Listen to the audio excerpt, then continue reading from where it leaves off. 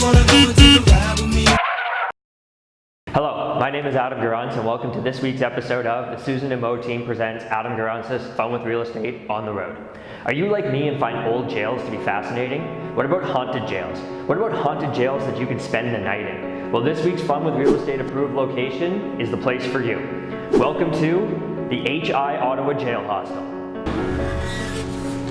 Originally called the Carleton County Jail, but also referred to as the Nicholas Street Jail or the Ottawa Jail, this was Ottawa's main jail for over a century, opening its doors in 1862. To tell us more about the history of this amazing building is Erin Henry.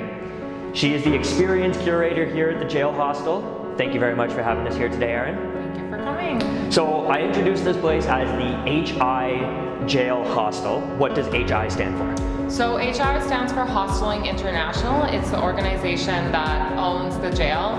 We have hostels all over the world in loads of countries, and we're an organization that focuses on bringing people together and cultural exchange through hosteling. Pretty cool. So Erin, what can you tell us about the history of this particular jail? So the jail was built in 1862 to replace what they used previously, which was just a few cells in the basement of the courthouse. The sanitation there was terrible and they needed to house more people as well, so they decided to build this incredibly large looming building. It operated primarily as a provincial jail, not a federal jail, so it was housing low-level offenders for the most part, a lot of repeat offenders. However, we did also have a death row, which is just across the hall from us, and there were only 3 official hangings that occurred here. However, it's speculated that there were some more deaths throughout the building. It ran as a jail housing men, women, and children from 1862 until 1972. Even after a commission in, I believe, the 1930s set this as one of the highest priority jails to be struck down and rebuilt because the conditions were so poor. However, it took until the 1970s to actually build the new jail that we have. Interesting. Well, yeah, you look at the cells and they look kind of small. Yeah, a little bit.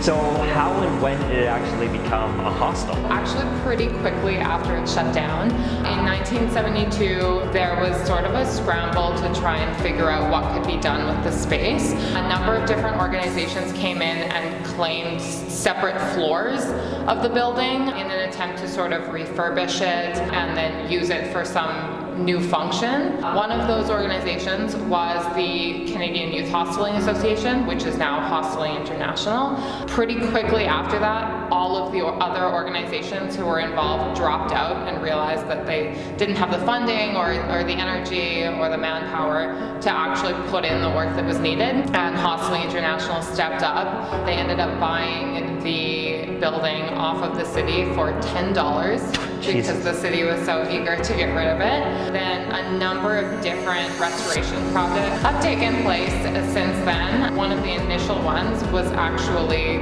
done by inmates at the new jail who were bused back on work assignment. Putting them back to work makes sense. So Erin, what does the hostel actually have to offer for its guests? So we offer a number of different accommodations, everything from the traditional hostel 8-bed dormitory to 4-bed dorms to deluxe private suite to single jail cells like this one here. We've refurbished them a little bit. They have a nice bed, but they are still a 3-foot by 9-foot jail cell.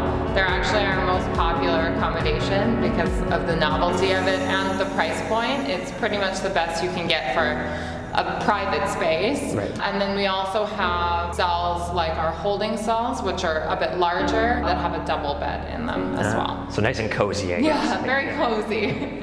So Erin, you had mentioned death row. We are now standing, I guess, on death row.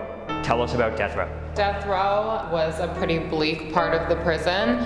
We have the 4 cells here, 3 behind us and then 1 behind a set of steel doors.